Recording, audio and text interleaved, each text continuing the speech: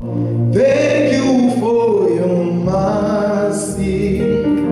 Nashangazwa na rehema zako. Yesu asante kwa rehema. Nashangazwa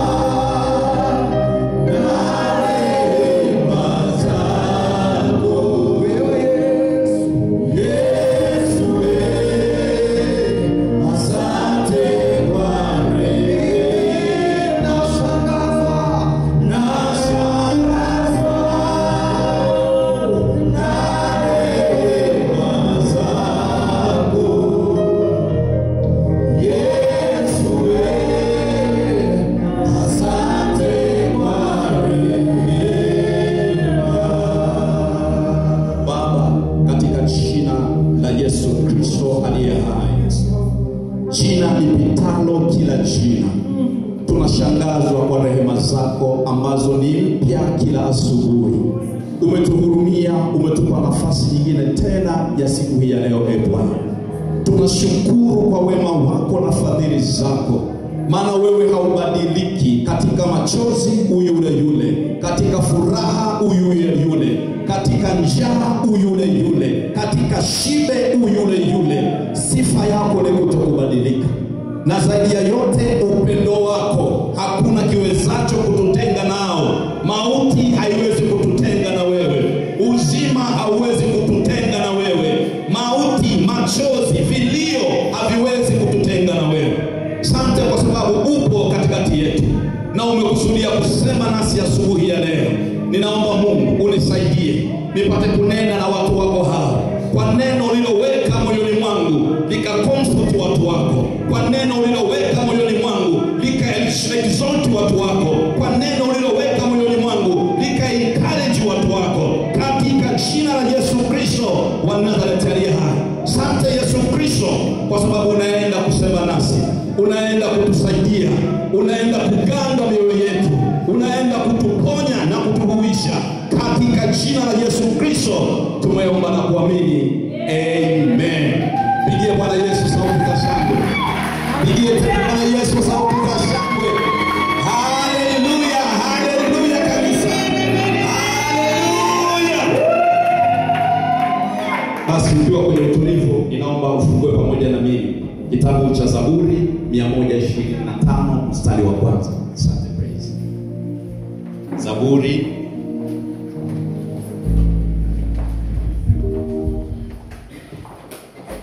Haleluya. Zaburi 125 mstari ule wa kwanza. Neno la Mungu linasema, wamtumainiao Bwana ni kama mlima Sayuni, ambao hakutatikisika wakaa milele. Wamtumainiao Bwana ni kama mlima Sayuni, ambao hakutatikisika wakaa milele. Bwana Yesu asifiwe. Hili neno ni kwa wale wote ambao tumaini lao wameliweka kwa Bwana. Bwana Yesu asifiwe. Wale wote ambao macho yao, matarajio yao yako mbele za Bwana. Anawafananisha kama mlima Sayuni, ambao maandiko yanasema huo mlima Sayuni hauwezi kutikisika. Huo mlima Sayuni wakaa milele. Kwa hiyo wale wote ambao wanamtumainia Bwana, haijalishi nini kinatokea kwenye maisha yao, kamwe hakiwezi kuwatikisa. Haijalishi wanapita kwenye changamoto zipi, wanapita kwenye mazingira gani, Bwana amewafananisha na mlima Sayuni ambao hautatikisika na kamwe hautaondolewa. Bwana Yesu asifiwe. Ninataka niseme na wewe mtu wa Mungu, inawezekana kuna mazingira umepita hayajawa mazuri sana, lakini as long as unamwamini Bwana ndiye tumaini lako, ninataka kukuhakikishia utaendelea kusimama imara kama mlima Sayuni. Bwana Yesu asifiwe. Maandiko nayo yasoma yananiambia wangojao Bwana watapata nguvu mpya, wataruka juu kwa mbawa kama tai. Inawezekana kuna mambo yanakuja kwenye maisha yako yanapunguza nguvu ulionayo, lakini nataka kukuhakikishia katika jina la Yesu, wewe unayemngoja Bwana utapata nguvu mpya tena katika jina la Yesu. Bwana Yesu asifiwe. Bwana Yesu asifiwe. Ninampenda Bwana kwa sababu yeye hawezi kutuacha. Yuko pamoja nasi hata ukamilifu wa dahari. Kwenye nyakati zote ameahidi kuwa pamoja nasi. Haleluya. Wakati mwingine kwa sababu ya hali ya mwili unaangalia changamoto ulizonazo, unaangalia mahali unapopita, kibinadamu unaona umepoteza tumaini. Kibinadamu unaona haiwezekani tena. Kibinadamu unaona siwezi kuinuka tena. Lakini Bwana anasema katika neno lake, wale wanaomwamini, walioweka tumaini lao kwa Bwana, kamwe hawatatikisika, kamwe hawataondolewa, wakaa milele. Bwana Yesu asifiwe. Bwana Yesu asifiwe. Mtu wa Mungu, maandiko yanatuambia kwenye kitabu cha Warumi, hakuna kitu kiwezacho kututenga na upendo wa Bwana. Hakuna kitu chenye uwezo wa kututenganisha na pendo la Kristo alilotupa. Paulo anasema si njaa yenye uwezo wa kututenga na pendo la Kristo, si mauti. Ukipita kwenye mauti, ukipita kwenye dhiki, ukipita kwenye shida, ukipita kwenye majaribu, bado pendo la Kristo halipimwi na hayo yote. Bwana Yesu asifiwe sana. Bwana Yesu asifiwe. Maandiko yanasema wale wanamtumaini Bwana ni kama mlima Sayuni. Ni kama mlima Sayuni. Kwa nini Bwana akufananishe na mlima Sayuni? Na mlima Sayuni, maandiko yanatuambia ndipo mahali ambapo Yesu ametuzaa. Kwa sababu mlima Sayuni unafananishwa na Calvary, unafananishwa na Sayuni iliyo juu, ambayo maandiko yanasema kwenye kitabu cha Wagalatia, sisi tu uzao wa Sara, tu watoto wa Sara, ambao agano letu limefanyika kwenye mlima Sinai, kwenye mlima Calvary. Maana Bwana anatujaribu kutuambia asubuhi ya leo, sisi ambao tumezaliwa katika mlima Sinai hatuwezi kutikiswa na chochote. Wanapodhani ya kwamba leo tutakuwa dhaifu kwa sababu ya tunayopitia, waje waone jinsi Bwana anavyotuimarisha. Tunakuwa imara kuliko tulivyokuwa jana. Bwana Yesu asifiwe. Bwana Yesu asifiwe. Hebu jipige kifua mtu wa Mungu, mwambie Bwana yu upande wangu, hakuna kilicho juu yangu. Jiambie Bwana yu upande wangu, hakuna kilicho juu yangu. Haleluya. Haleluya. Bwana Yesu asifiwe. Hebu ngoja nikwambie kitu, mtu wa Mungu, ambacho kitakuinua asubuhi ya leo. Unajua tunaishi kwenye mwili ambao unachakaa. Bwana Yesu asifiwe. Na nataka nikwambie, nikupashe asubuhi ya leo, kama hujui wewe ni roho sio mwili. Haleluya. Wewe ni huyo asiyeonekana wa ndani yako. Huyo roho ambaye ndio wewe, hauishi milele duniani, unaishi milele katika roho pamoja na Bwana. Ila huu mwili ambao ni vazi linasitiri roho unaharibika, na ukifikia mahali pa kuexpire unaondoka duniani. Bwana Yesu asifiwe. Haleluya, mtu wa Mungu. Kwa hiyo maandiko yanasema tusiviangalie vinavyopita ambavyo ni si vya kudumu, bali tuviangalie visivyo ambavyo vya kudumu, mahali ya Kristo alipoketi kwenye utukufu wake. Bwana Yesu asifiwe. Mtu wa Mungu, wana wa Israeli walipokuwa jangwani walipita kwenye changamoto. Maandiko yanasema nyoka wa shaba wakawa wanawauma kwenye miguu yao. Lakini Bwana akasema, Musa, tengeneza nyoka wa shaba ambaye huyo utamuinua juu. Kila atakayemtizama hata kama akiumwa na nyoka ataendelea kuishi. Bwana Yesu asifiwe. Angalia mtu wa Mungu, nyoka wa shaba alipotengenezwa, kila aliyemtizama hata kama alikuwa akiumwa na nyoka wengine alikuwa na uzima. Bwana Yesu asifiwe. Haleluya. Na nyoka wa shaba ndiye Kristo Yesu aliyeinuliwa katika agano hili jipya. Na yeye amesema, nikiinuliwa juu nitawavuta wote waje kwangu.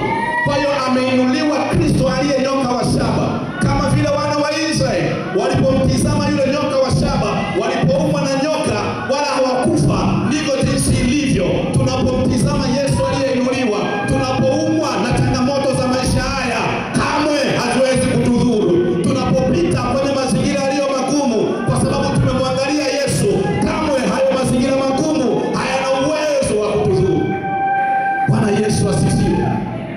Macho yako umeyaweka wapi? Macho yako umefocus kwenye nini?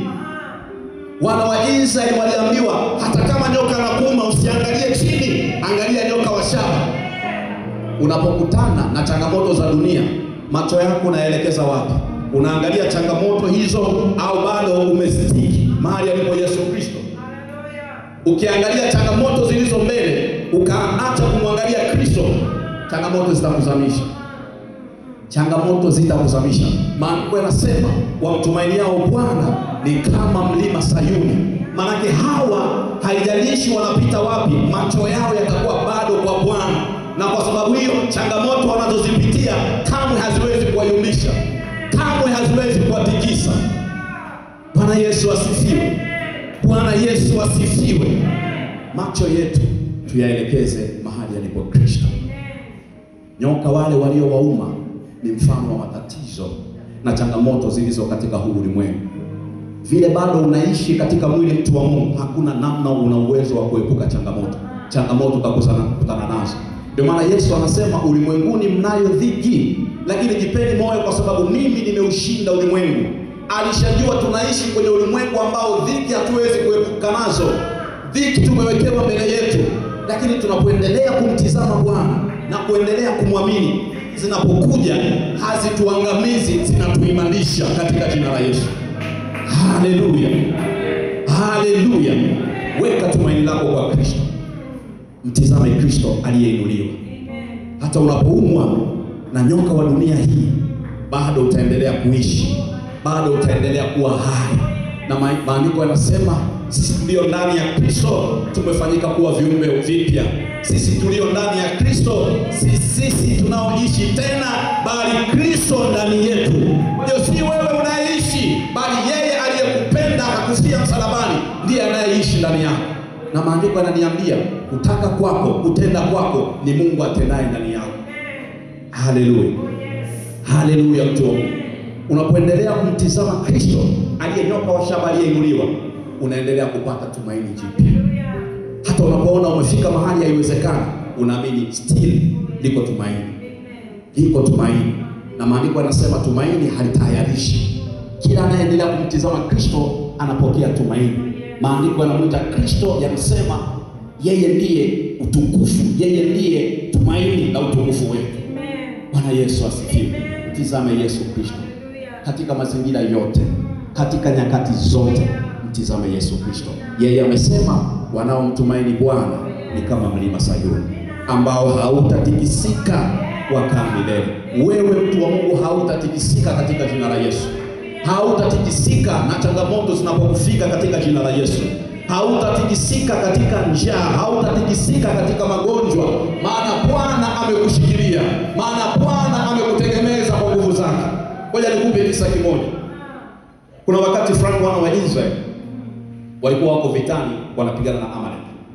Sasa wana wa Israeli wakati wakipigana na Amalek, na Joshua ndiye aliyekuwa akiongoza hiyo vita, kuna wakati Musa aliposhusha fimbo yake, wana wa Israeli waliuliwa pale chini. Wana wa Israeli walikuwa hawana uwezo wa kushinda adui zao. Panga zao zilikuwa butu, hazikuweza kuwakata adui zao. Sasa Mungu akaona Musa ni mtu tu, hana uwezo wa kuendelea kunyanyua mikono yake juu. Hawa watu wakashinda, kwa sababu ushindi wa wana wa Israeli dhidi ya adui zao ulitegemea kile Musa atakifanya mlimani. Mungu akasema, Musa sikia, ninakupa Huri, ninakupa na Haruni. Huyu atakutegemeza mkono huu na huyu atakutegemeza mkono huu, ili mikono yako isichoke, usije ukashusha mikono yako chini. Na maandiko yananiambia wakati Musa alipotegemezwa kwa mikono ya Huri na Haruni, wale watu walishinda ile vita. Wale watu waliwapiga adui zao. Na toka siku hiyo maandiko yanasema Amalek hawakuweza tena kuwasumbua wana wa Israeli. Asubuhi ya leo ninakutangazia habari njema. Hatuna Musa tu, bali tunaye Yesu Kristo anayetushikilia kwa utu wa rohoni. Adui wanaposimama na kuinuka, Bwana anatupa nguvu ya kushinda na kusonga mbele katika jina la Yesu. Mtu wa Mungu, hauko peke yako. Katika hayo yote hauko peke yako. Una Kristo ndani yako, anakutegemeza kwa nguvu zake. Na anapoondoka anasema sitawaacha yatima, bali nitawapa msaidizi. Tena Yesu anaondoka anasema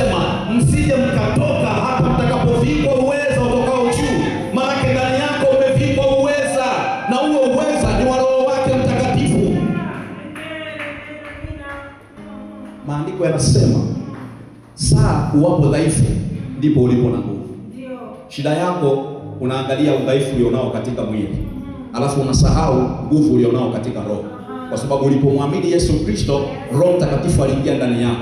Na alipoingia ndani yako aliingia na nguvu za Mungu. Ndio maana Yesu anasema msitoke hata mtakapovikwa uwezo utokao juu. Yesu anaondoka, wana wa Israeli hawakuwa na uweza kwa sababu Roho Mtakatifu hakuwa ameshuka.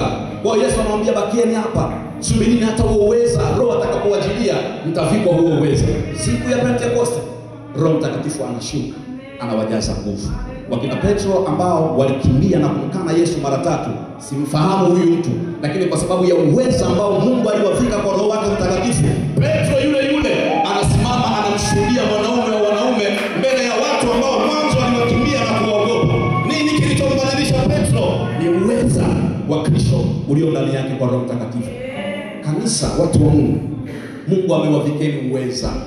Na uweza ndani yenu ambao ulimwengu hauwezi kuushinda huo uweza. Yesu amewapa uweza ndani yenu ambao mapepo hayawezi kuushinda huo uweza. Wakuu wa giza hili, wachawi na waganga na shetani mwenyewe hawezi kushinda hiyo nguvu iliyowekwa ndani yako katika jina la Yesu.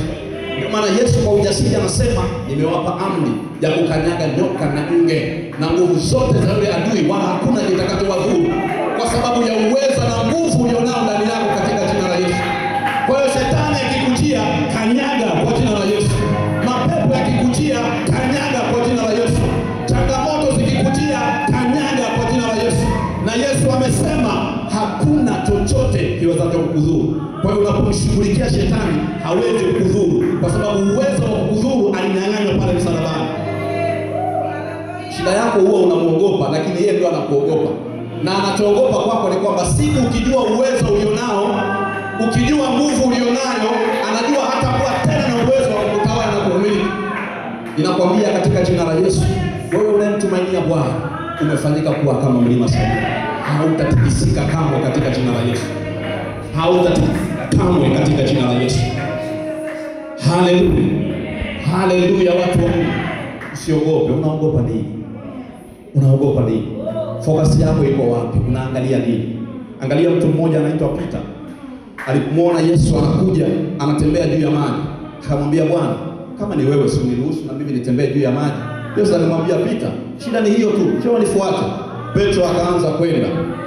Focus yako, wamtumainiao Bwana, wanaomtazama Bwana, wanaomwangalia Bwana, kama hawawezi kutikiswa. Petro alipoondoa focus yake kwa Yesu, akaanza kuangalia upepo na bahari na mawimbi, jamaa akaanza kuzama. Lakini wakati alipokuwa akiendelea kumwangalia Yesu, alitembea juu ya maji kama hakuna maji. Alitembea juu ya maji kama anapita mahali pakavu. Alipoondoa fokasi yake, akaanza kuzama. Mtu wa Mungu, katika jina la Yesu, usiondoe fokasi yako kwa Yesu, ukaangalia yanayokusumbua katika dunia. Ukiangalia hayo, utaanza kuzama. Utaanza kuzama. Utaanza kuzama. Na mimi sitaki uzame, mtu wa Mungu. Yesu amekupa tumaini, Yesu amekupa uwezo wa kuyashinda yote. Petro angeendelea kumtizama Yesu, angetembea kwa mguu mpaka mahali Yesu alipo. Lakini jamaa alipoona, hivi kweli ninatembea, haya ni maji au ni ardhi? Haya ni maji au ni nchi kavu? Akasema si kweli, natembea juu ya maji. Jamaa akasema, mbona mawimbi ya bahari nayaona? Mbona upepo nauona? Alipoangalia upepo na mawimbi ya bahari, jamaa akaanza kuzama. Lakini mwanaume Yesu, pamoja na kuondoa Petro fokasi yake kwa Yesu, Petro aliposema Bwana mkubwa niokoe na zama, Yesu akampa mkono wa shirika, akamwambia nyanyuka mwanangu, maana niko pamoja na wewe. Utakapopita kwenye changamoto, hata kama ukaondoa fokasi yako kwa Yesu, lakini kwenye changamoto hizo ukimwita Yesu, anakushika mkono, anakunyanyua na kukuweka mahali palipo salama. Haleluya. Haleluya. Haleluya. Anaheri mtu yule ambaye Bwana ni tumaini lake. Unatumainia nini mtu wangu? Mimi tumaini langu ni Kristo. Mimi tumaini langu ni Yesu. Bila Yesu mimi si kitu. Bila Yesu mimi si chochote. Ujasiri nilionao kwa sababu aliyenifia msalabani yuko upande wangu wa kuume. Ujasiri nilionao kwa sababu ninamjua ninayemtumainia. Paulo anasema tunamjua tuliyemtumaini, tunamfahamu tuliyemwamini. Na mimi najua unamfahamu uliyemtumaini, unamfahamu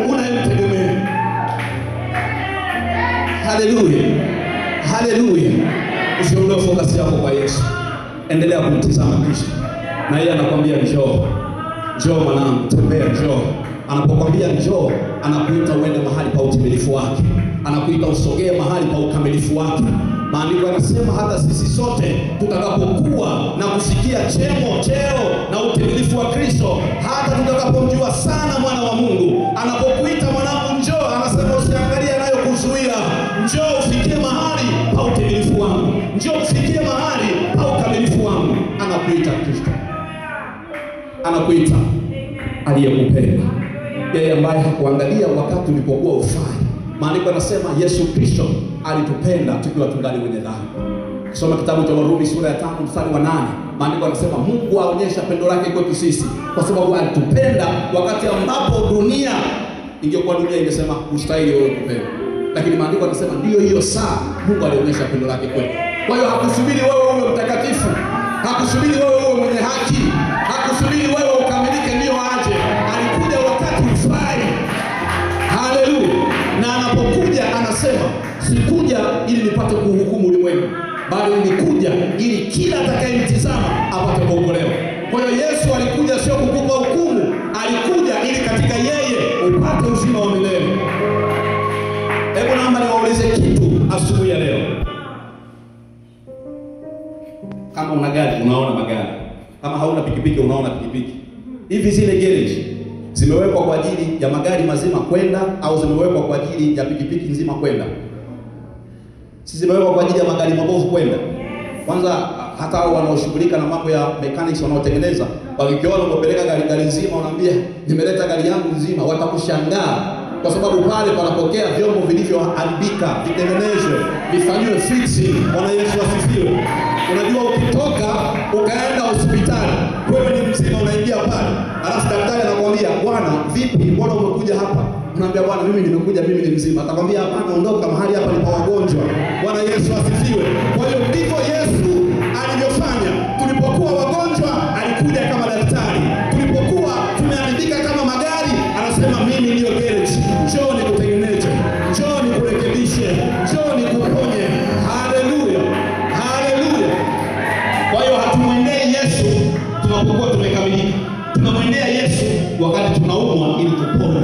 Hatumwendei Yesu tunapokuwa kama gari liko sawa. Tunamwendea Yesu kwa sababu tunaona sisi kama magari tunahitaji fundi mechanics, na huyo fundi ni Yesu mwenyewe.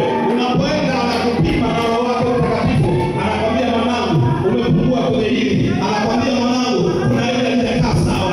Anakwambia, "Tulia, nikutengeneze vizuri." Ukitoka uingie barabarani kwa sababu umekaa sawa. Haleluya. Haleluya. Yesu Bwana ameenda kwa Mafarisayo na wale wazee wa sheria. Anawaambia, "Sikiliza niwaambie jambo. Unajua, aliye mzima hahitaji tabibu, yaani daktari. Lakini aliye mgonjwa ndiye anayemhitaji daktari. Kwa hiyo kama ninyi mnajiona ni wazima, basi mimi ndiye daktari, siwafai." Kwa sababu Yesu alikuja kama daktari. Ulimwengu ulikuwa unahitaji daktari. Ulikuwa unahitaji msaada. Na Yesu amekuja kama daktari kusaidia ulimwengu. Ndio maana Yohana 3:16 maandiko yanasema, "Kwa maana jinsi hii Mungu aliupenda ulimwengu hata akamtoa mwanae wa pekee, ili kila mtu amwaminie asipotee, bali awe na uzima wa milele." Kwa hiyo unapomwamini Yesu Kristo, unalo tumaini ya kwamba hautapotea, unao uzima wa milele. Lakini ukiondoa kumwamini Yesu Kristo, ninakuhakikishia utapotea. Lakini mapenzi ya Baba yako hataki upotee, anataka uwe na uzima wa milele. Haleluya, haleluya. Bwana Yesu asifiwe. Na Yesu asemi, maandiko yasemi aliwapenda wa Kristo. Neno liko wazi. Kwa maana jinsi hii Mungu aliupenda nini? Ulimwengu. Kwa sababu wakati Mungu anaonyesha pendo lake, ulimwengu ulikuwa una dhambi. Kwa hiyo hakukuwa bado na Wakristo.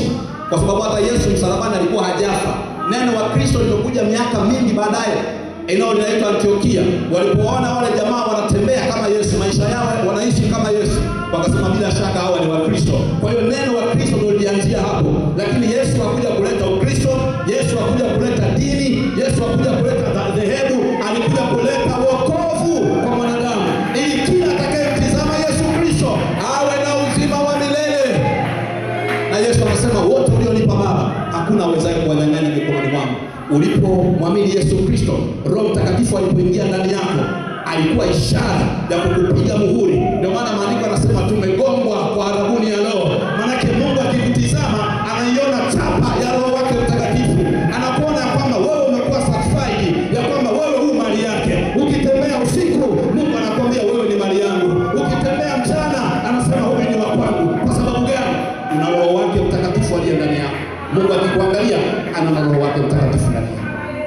Ndio maana maandiko yanasema huyo Roho ambaye atakuja kukaa nani hana mpango wa kuondoka. Anasema atakaa nani milele. Kwa sababu Roho akiondoka, ile inayokuthibitisha kwamba wewe ni mali ya Mungu inaondoka. Haleluya. Haleluya watu. Haleluya watu. Ndio maana Yesu anasema tulieni, sitawaacha yatima, ninawaletea msaidizi ambaye Roho Mtakatifu. Na huyo atakaa kwenu. Na huyo atawafundisha yote. Hata mambo yajayo atawapasha habari yake. Huyo Roho yuko ndani yako. Na unajua sasa hivi hakuna utofauti kati ya Wayahudi na sisi watu wa mataifa. Hakuna utofauti. Kwa sababu maandiko yanasema tumenyweshwa Roho mmoja. Roho waliokunywa Wayahudi ndio tuliokunywa sisi watu wa mataifa. Kwa hiyo hakuna kitu cha kwao wakatuambia kwamba nyinyi sio bora kuliko sisi. Na sisi tunawaambia sisi ni bora kama ninyi mlivyo bora. Kwa sababu ndani ya Yesu hakuna Myahudi, hakuna mataifa, hakuna Msamaria, hakuna mataifa. Wote tumefanyika kuwa kitu kimoja ndani ya Kristo. Na kile kiambaza ambacho kilikuwa kinatutenganisha, kinafanya tuwe na uadui, Yesu alikivunja kwa kazi ya msalaba. Kwa hiyo Mungu anatuangalia, anatuona ulimwengu mzima ni mabibi harusi.